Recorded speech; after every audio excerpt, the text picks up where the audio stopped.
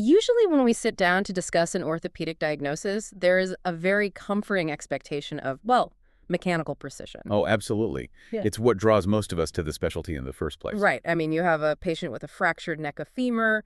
The radiograph shows the precise displacement. The vascular compromise is predictable. And the intervention is just a clear mechanical solution. You fix it or you replace it. It's entirely binary. Exactly. Broken or not broken, it's a clean structural paradigm that we are all very comfortable with from our earliest days in medical training. It is incredibly binary, yes. Right.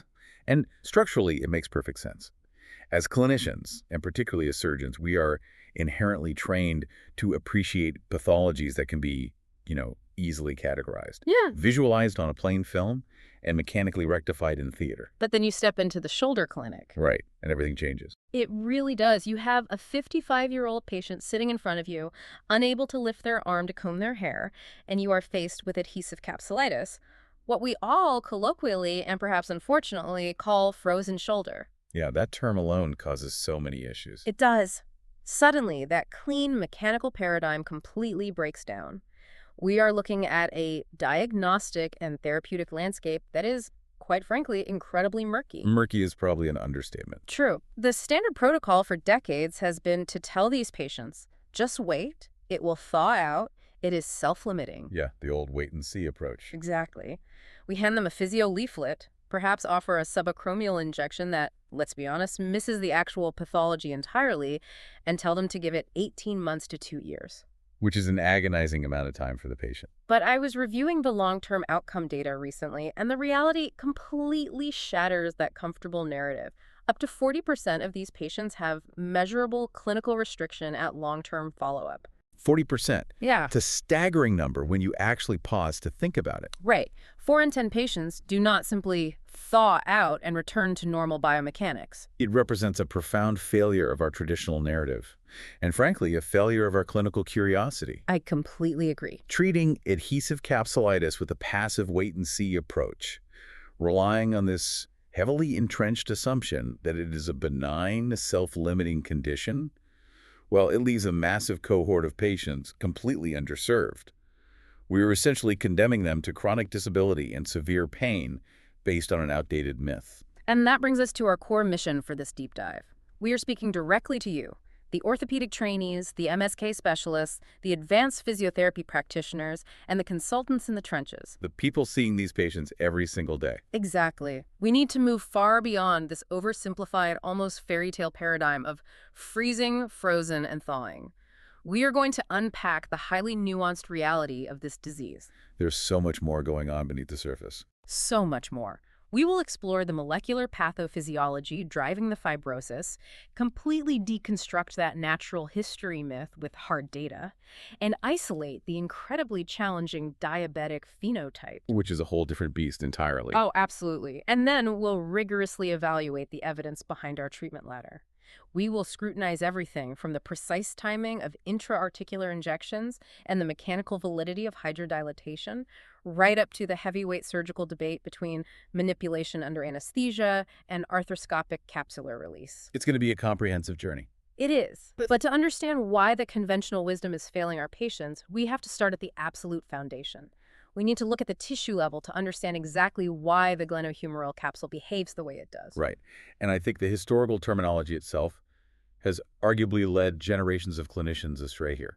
Well, we call it adhesive capsulitis, which implies a purely inflammatory process akin to, say, a rheumatoid flare, or frozen shoulder, which implies a temporary, purely mechanical block that will eventually just melt away. Right, like an ice cube. Exactly. Yeah. But the pathological reality is a dual-phase, highly aggressive cascade. It is not just stiffness. It's much more active than that. Very active. It is an initial, aggressive combination of intense synovial inflammation, which then rapidly transitions into a profound, almost unchecked capsular fibrosis. So we are not just looking at a joint that has simply decided to stop moving due to disuse or some minor trauma. There is an active biochemical war happening inside the joint space. That's a great way to put it, a biochemical war. Let's get into the weeds here then. If we are looking at the synovial biopsy of a patient in that agonizing early phase, What are the primary molecular drivers of this fibrotic cascade? If we look at the molecular battlefield, the main culprit, the absolute orchestrator of this pathology is transforming growth factor beta, or TGF-beta. TGF-beta. In a normal, healthy tissue repair process following a microtrauma, you have a well-regulated sequence. Inflammation, fibroblast recruitment, collagen deposition to bridge the defect, and then, crucially, a biological signal to stop. The off switch. Exactly. Apoptosis occurs, and the tissue remodels nicely. But in adhesive capsulitis, TGF-beta acts as a massive accelerant without a functional brake. Just flooring the accelerator. Yes. It relentlessly drives the proliferation of fibroblasts and forces their differentiation into myofibroblasts. And those myofibroblasts are the critical difference, aren't they? Because they are contractile cells. They are. They aren't just laying down scaffolding. They are actively pulling the tissue tight. Precisely. They possess smooth muscle actin, allowing them to literally contract the tissue matrix. Very They're much. pulling the capsule tight while simultaneously laying down dense, disorganized type 3 collagen. Right, instead of the normal type I. Exactly. Yeah. Rather than the normal, highly compliant parallel bundles of type Y collagen that allow the shoulder its massive multiplanar range of motion.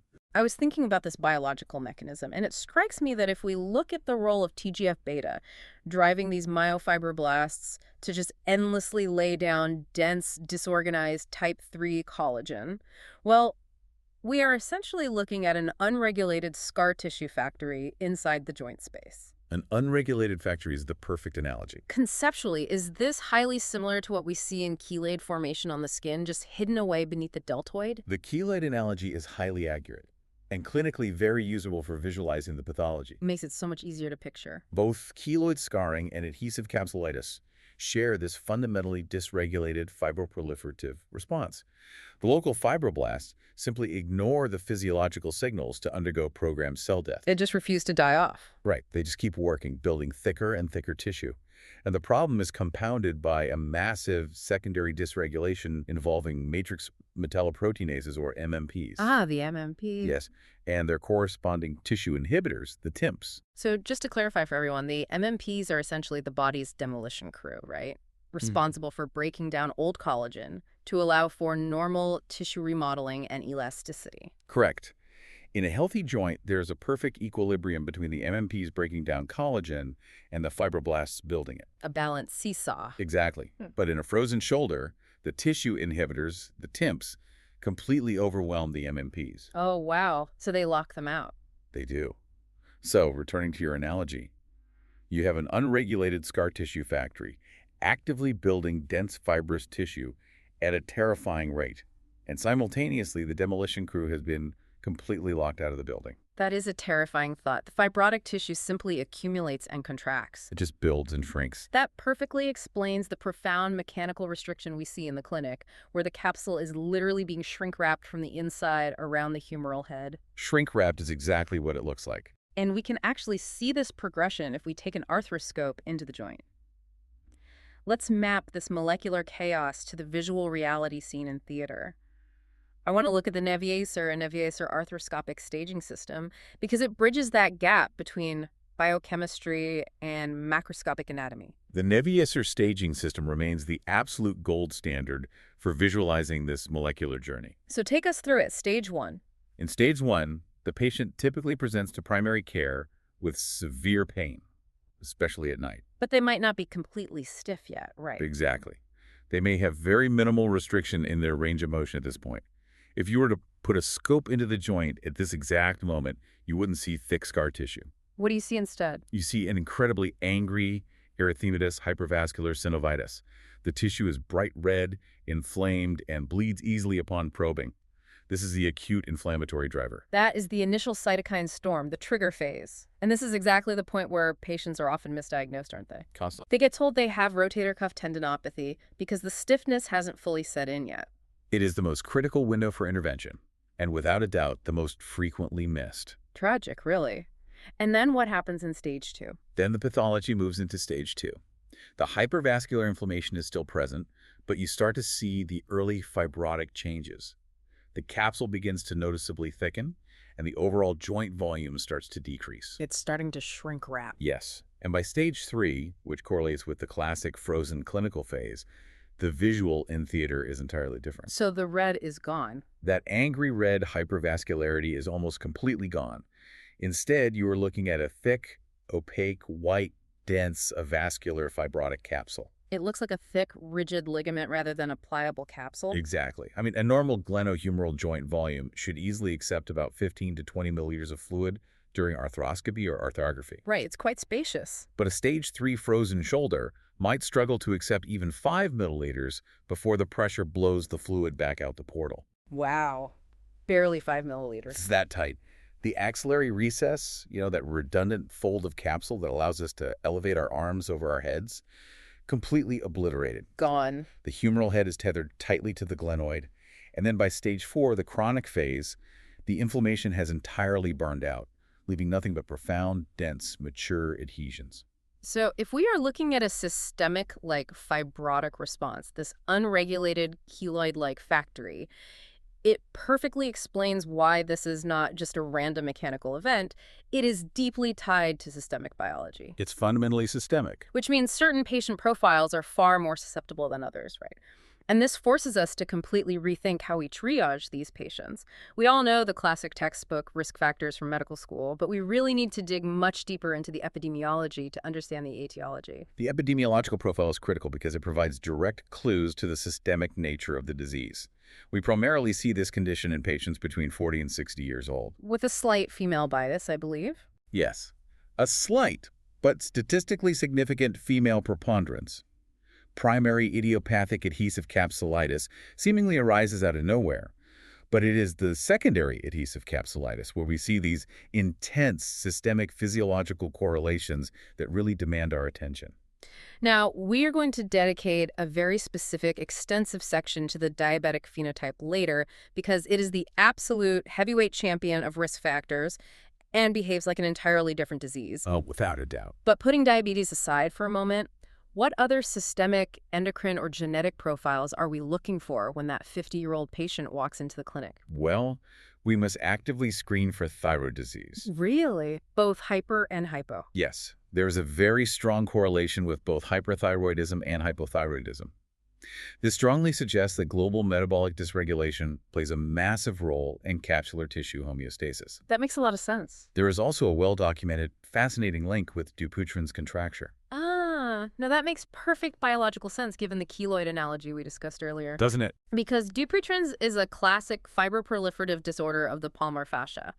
So if a patient's genetics predispose them to aggressive fibroproliferation in their hands, it stands to reason their shoulder capsule might exhibit the exact same exaggerated fibrotic response. Right, to even a minor, perhaps completely unrecognized microtrauma. Exactly. It is the exact same underlying myofibroblast pathology, just manifesting in a different anatomical location. We also see associations with Parkinson's disease and complex regional pain syndrome. CRPS, right. Which indicates a strong neurological component to the fibrotic cascade. That neurological component brings me to a clinical correlation that always made me pause, the association with cardiac surgery, specifically coronary artery bypass grafting, or CABG. Ah, yes, the CABG phenomenon.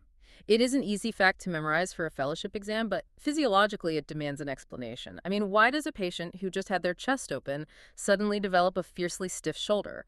Are we sure it's not simply a result of postoperative immobilization? It's a very fair question. Because they are given sternal precautions, told not to lift their arms, and they spend weeks in a highly protective posture. Isn't that enough to just stiffen a joint? Well, immobilization is undoubtedly a massive compounding factor, I won't deny that. If a patient has an early subclinical stage 1 hypervascular synovitis and you immobilize them for 6 weeks post-sternotomy, you are virtually guaranteeing progression into stage 2 and 3 fibrosis. Because you've removed the stretch. Right. You've removed the normal mechanical disruption of daily movement that might otherwise stretch the capsule and maintain compliance. Makes sense. However, immobilization alone does not explain the sheer aggressiveness of the onset. We have to look at the intense systemic inflammatory response syndrome, or SIRS, that occurs following major cardiothoracic surgery. So you are suggesting the massive systemic release of cytokines from the surgical trauma acts as a global trigger, systemic inflammation acting as the ignition switch for the local fibrotic factory in a susceptible individual. The evidence strongly points toward that, yes. Furthermore, there is a very compelling neurogenic and autonomic theory here as well. Tell me more about that. The surgical trauma to the chest wall, the mechanical retraction of the rib cage, and the proximity of the dissection to the brachial plexus and the sympathetic chain cool, it can cause a profound overactivation of the sympathetic nervous system. Okay. And we know that sympathetic nerve endings within the joint capsule itself can release neuropeptides, like substance P. Ah, substance P. Yes, and that directly stimulates fibroblast proliferation, upregulates TGF-beta, and actively drives capsular contracture. That is a phenomenal synthesis of the physiology. It beautifully bridges the gap between a major systemic surgical insult, autonomic nervous system dysregulation, and a localized joint pathology. It really connects the dots. So we have a firm grasp on our patient profile, and we understand the molecular drivers. The immediate clinical challenge, then, is diagnosis. Historically, in primary care and general orthopedics, this has been a purely clinical diagnosis. Almost exclusively. You assess the active and passive range of motion. You note the profound symmetrical loss of external rotation. You rule out a locked posterior dislocation, and you make the call. But if we can physically see these specific markers, this dense fibrotic thickening and the loss of joint volume, why are we not using imaging far more effectively early in the pathway? It's a great point. For decades, imaging in the context of a stiff shoulder was used merely to exclude other pathologies. Yeah.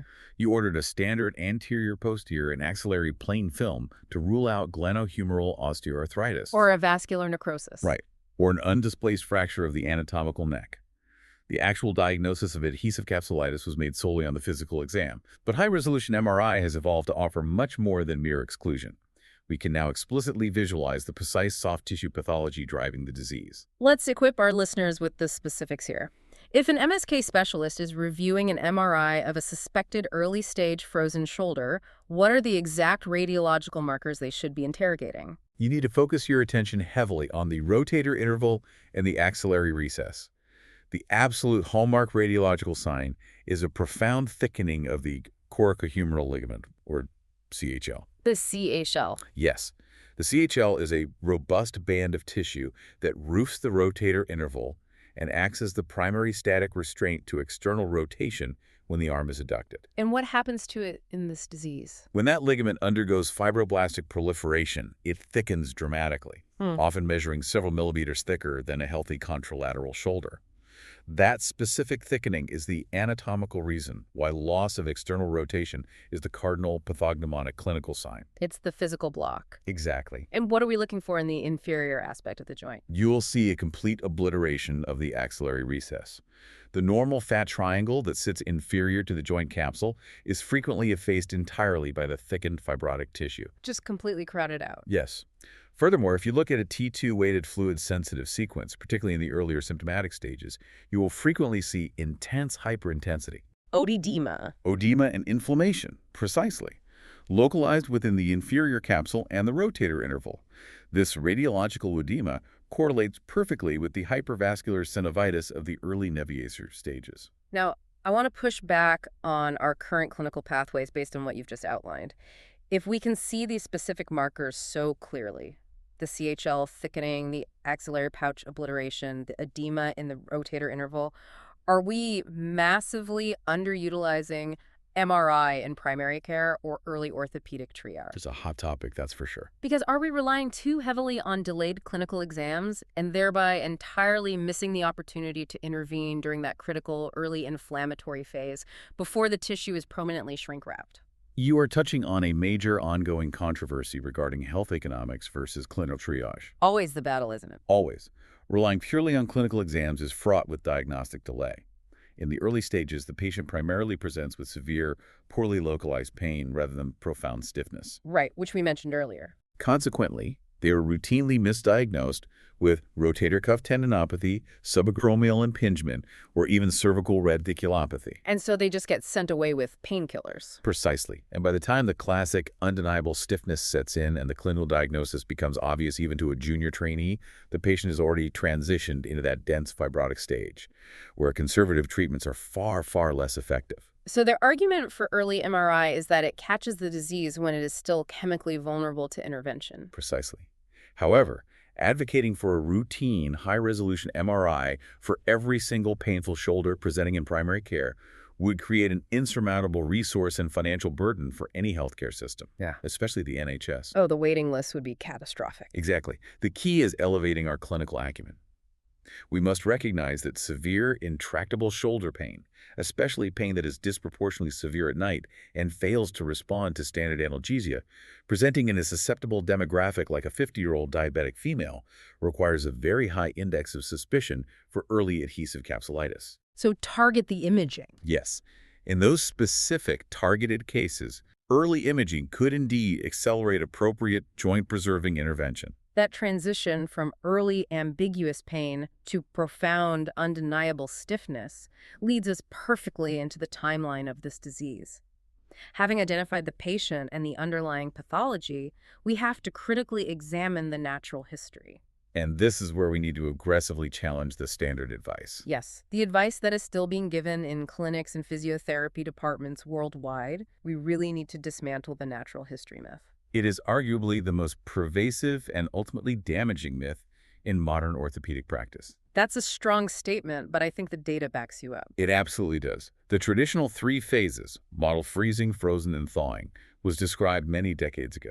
It proposed a neat, linear, and predictable progression lasting anywhere from 12 to 24 months. Which purportedly culminated in a complete spontaneous resolution of symptoms. Right, a return to normal function for every single patient. It is a beautifully simple narrative, isn't it? It is comforting to the anxious patient, and frankly, it is a very easy out for the busy clinician.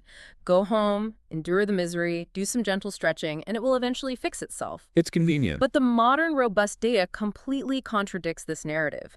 I want to deep dive into the landmark literature here, specifically the paper by Hand et al., published in 2008, because it should fundamentally change how we counsel these patients. The Hand et al. Study is an absolute cornerstone paper. Every single orthopedic professional, physiotherapist, and general practitioner should know it intimately. What exactly did they do? They conducted a rigorous look at the long-term outcomes of frozen shoulder, following a large cohort of patients for an average of over 4 years. And what they found completely dismantled the benign natural history narrative that we had relied on since the days of Codman. The numbers are shocking. They are.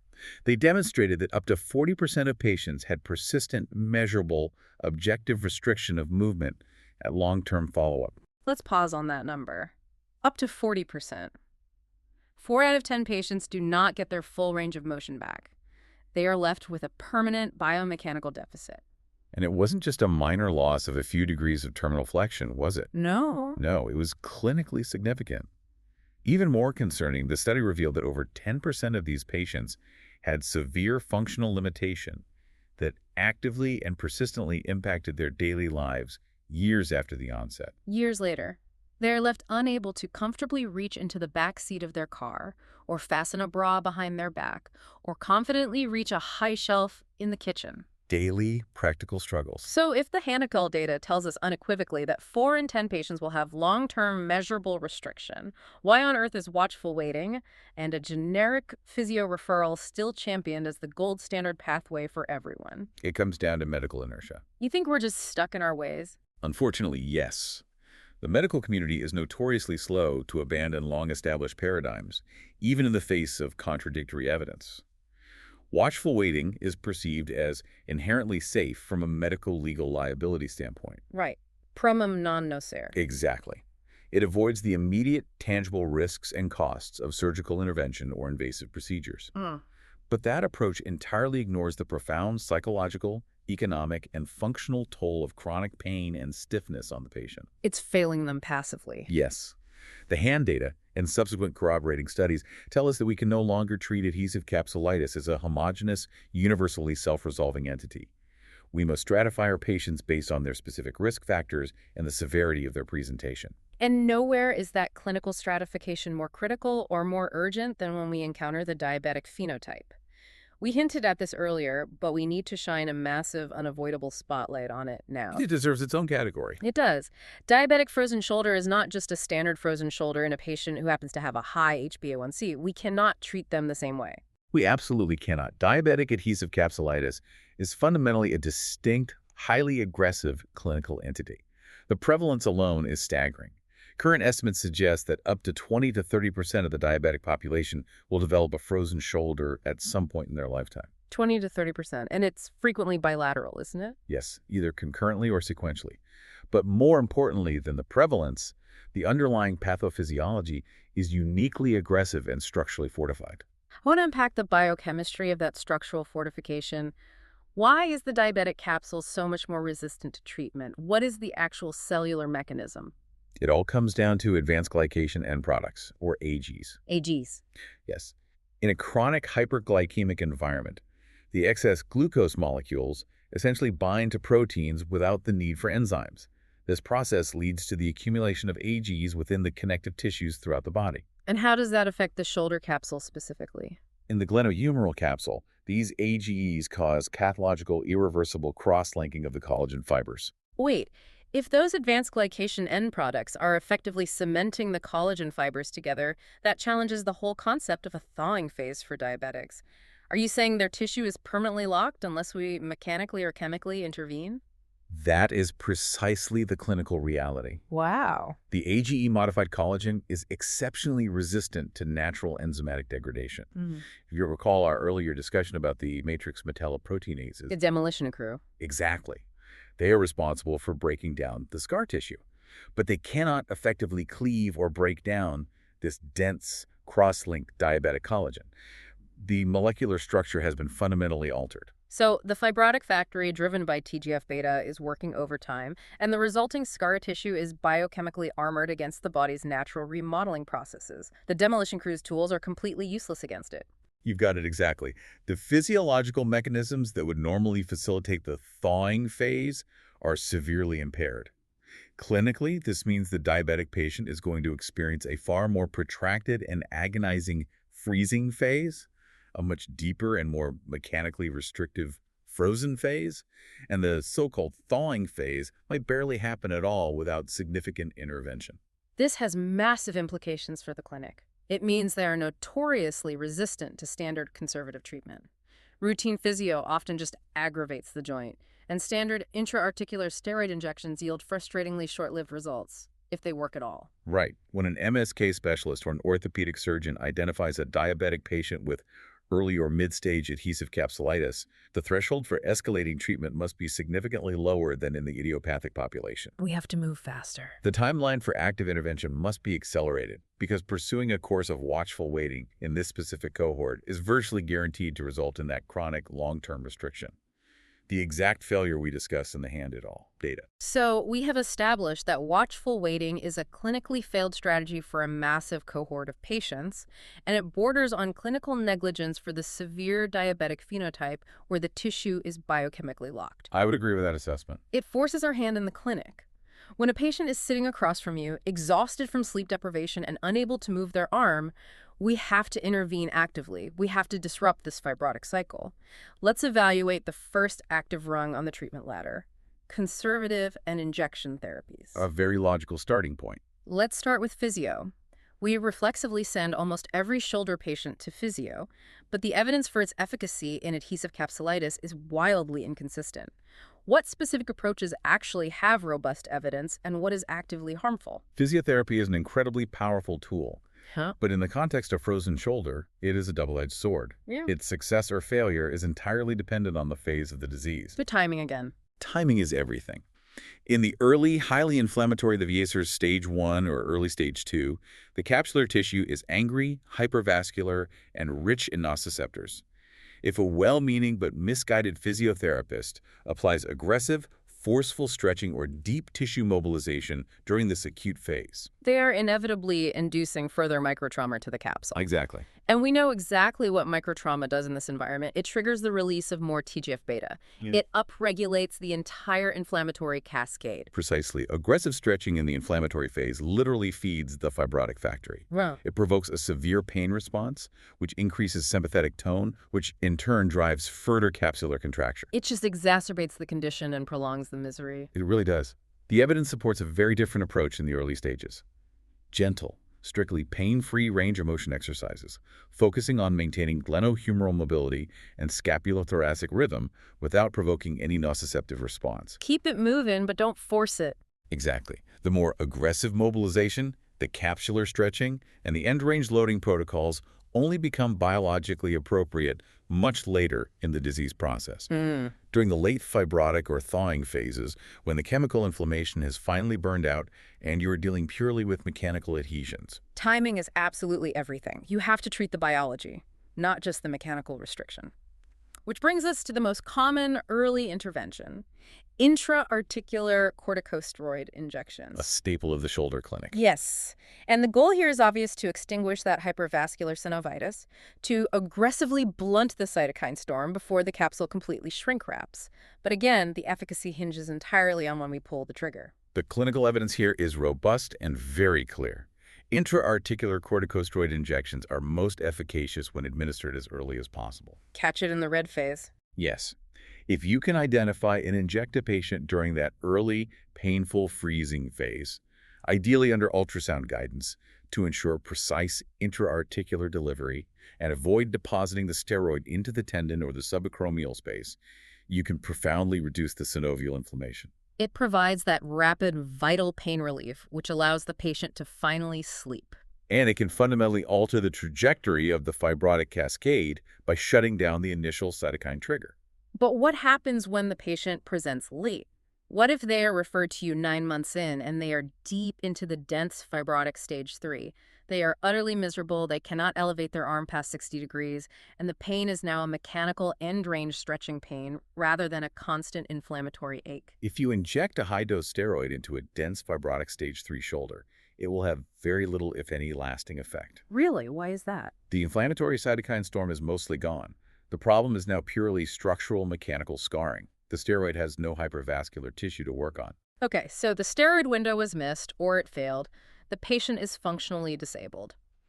The next rung on the ladder for many advanced MSK clinics and radiology departments is hydrodilatation. Yes, becoming quite popular. Let me use a mechanical analogy here to make sure we understand the physics of this procedure.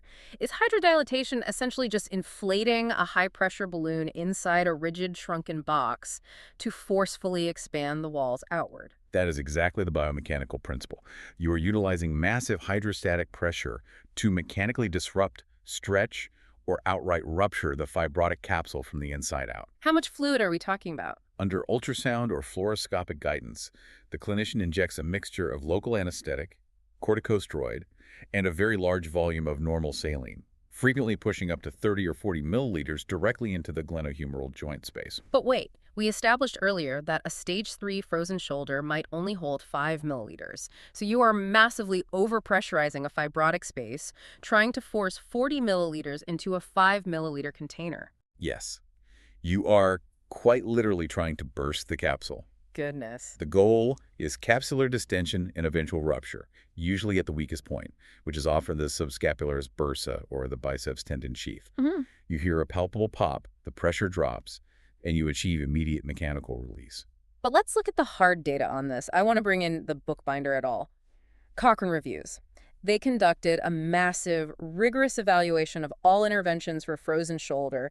What does the highest level of systematic evidence actually say about inflating this hydrostatic balloon in the joint? Because clinically, it seems like a very elegant, minimally invasive solution. The Cochrane reviews present a very sobering reality check for clinicians who rely heavily on hydrodilatation. Oh. The data shows that hydrodilatation provides reasonable, statistically significant short-term evidence for pain relief and some measurable improvement in range of motion at the 3 to 6 week mark. Okay, so it works initially. Yes, but we have to understand why. It is largely due to the concurrent steroid administration reducing any residual inflammation, combined with the immediate mechanical stretch of the more compliant capsular tissues. But the long-term data tells a different story. It does.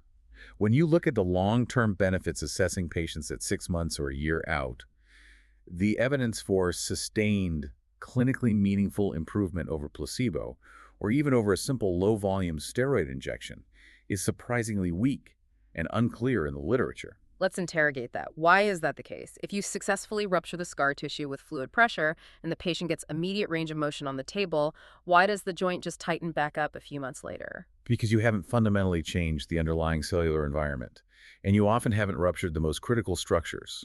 You have caused a crude, diffuse, untargeted mechanical stretch. The myofibroblasts are still there? They are still present in the tissue. The TGF-beta pathway is still active. Furthermore, Hydrostatic pressure naturally follows the path of least resistance. It stretches and ruptures the most compliant, thinnest parts of the capsule. Leaving the thickest parts untouched. Exactly. It frequently fails to adequately address the thickest, most restrictive, and pathologically dense structures, specifically the coracohumeral ligament. The CHL again? Always the CHL. Ugh. So you might gain some early elevation, but the external rotation remains blocked by the intact CHL.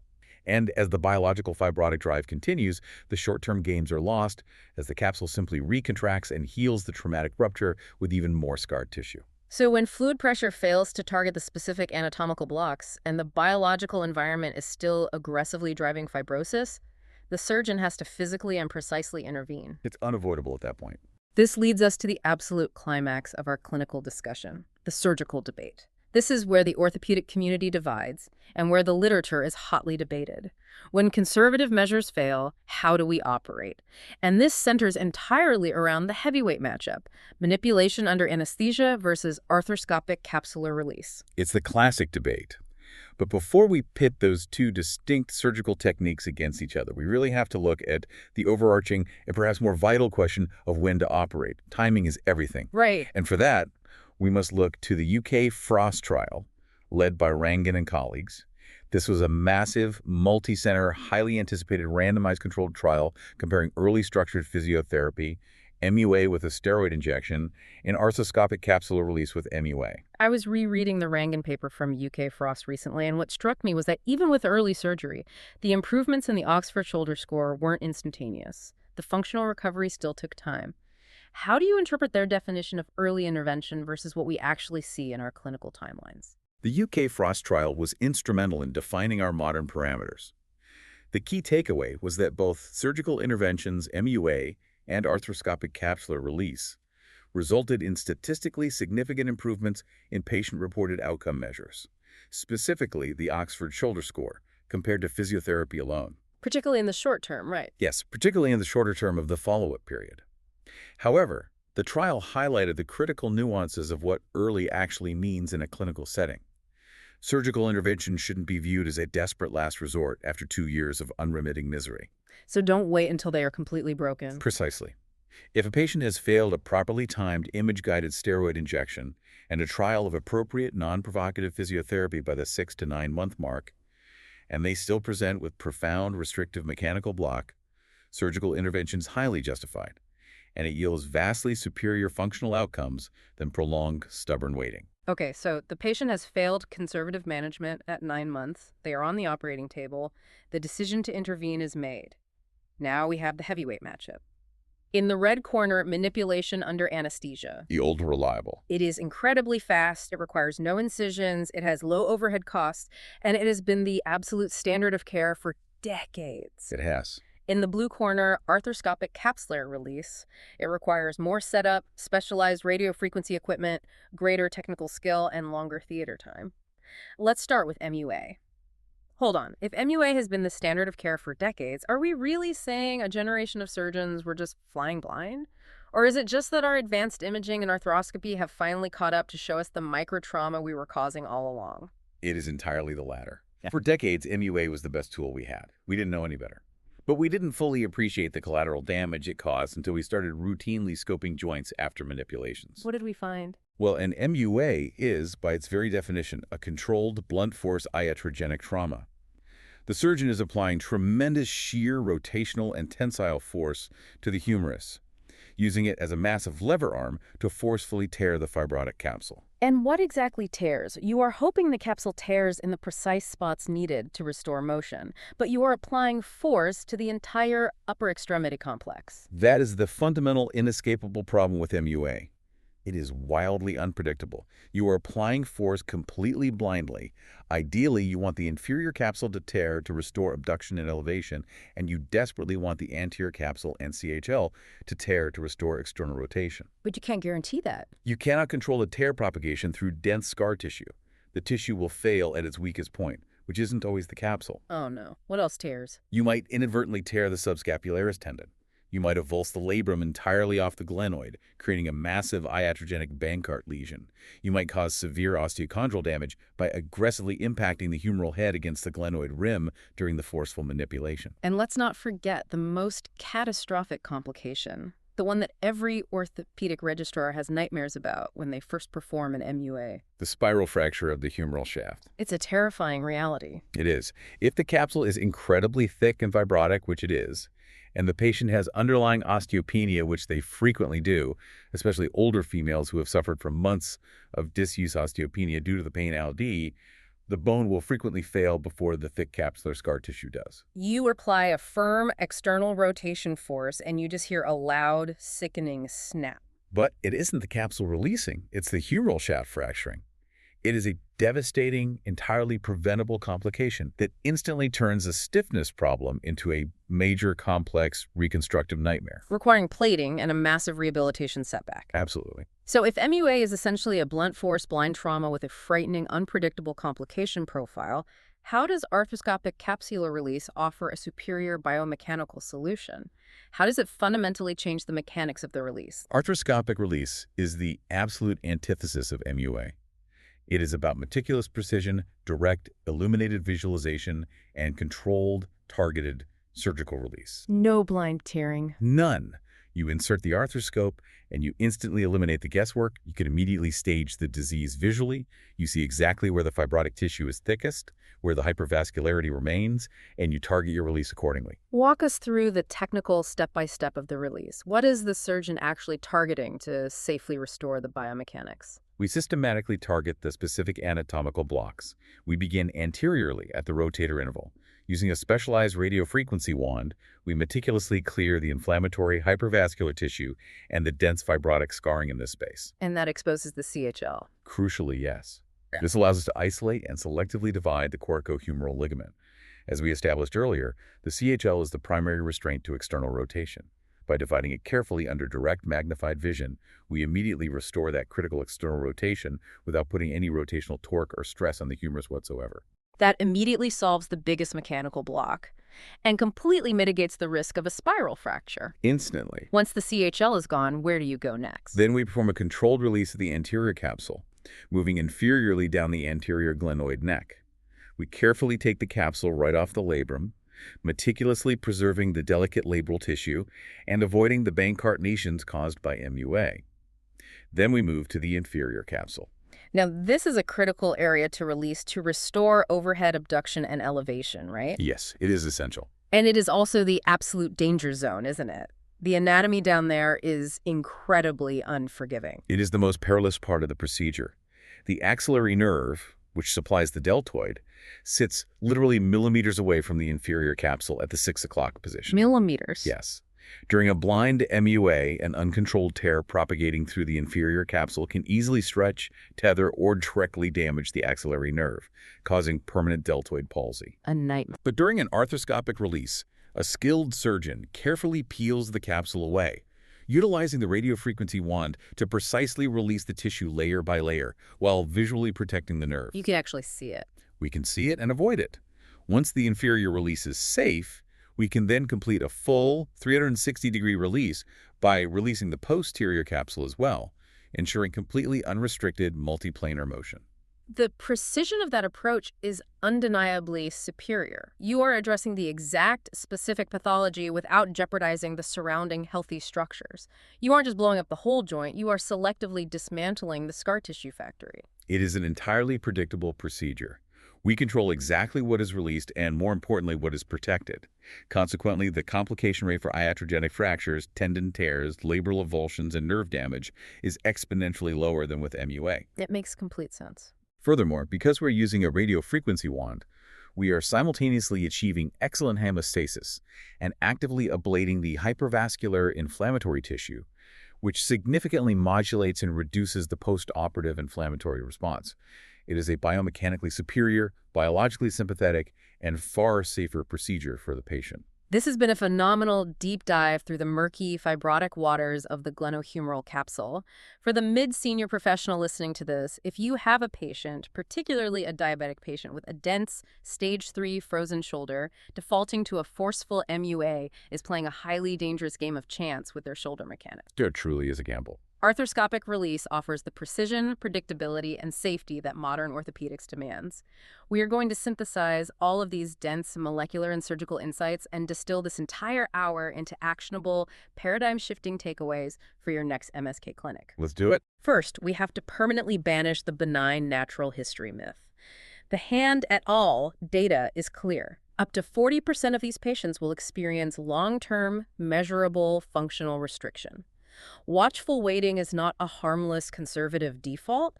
It is an active clinical decision that condemns many patients to chronic, life-altering dysfunction. I completely agree. And secondly, we must recognize that diabetic frozen shoulder is fundamentally a different disease process. Yes, the AGs. Exactly.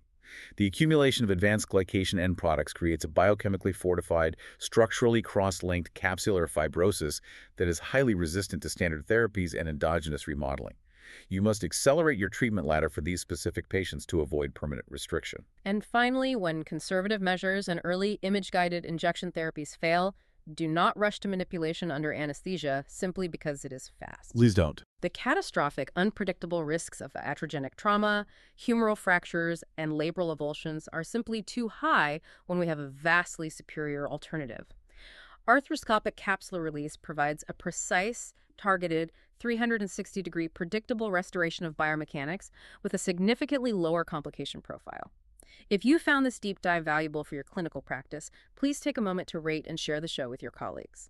It truly helps us bring this level of rigorous clinical analysis to the broader medical community.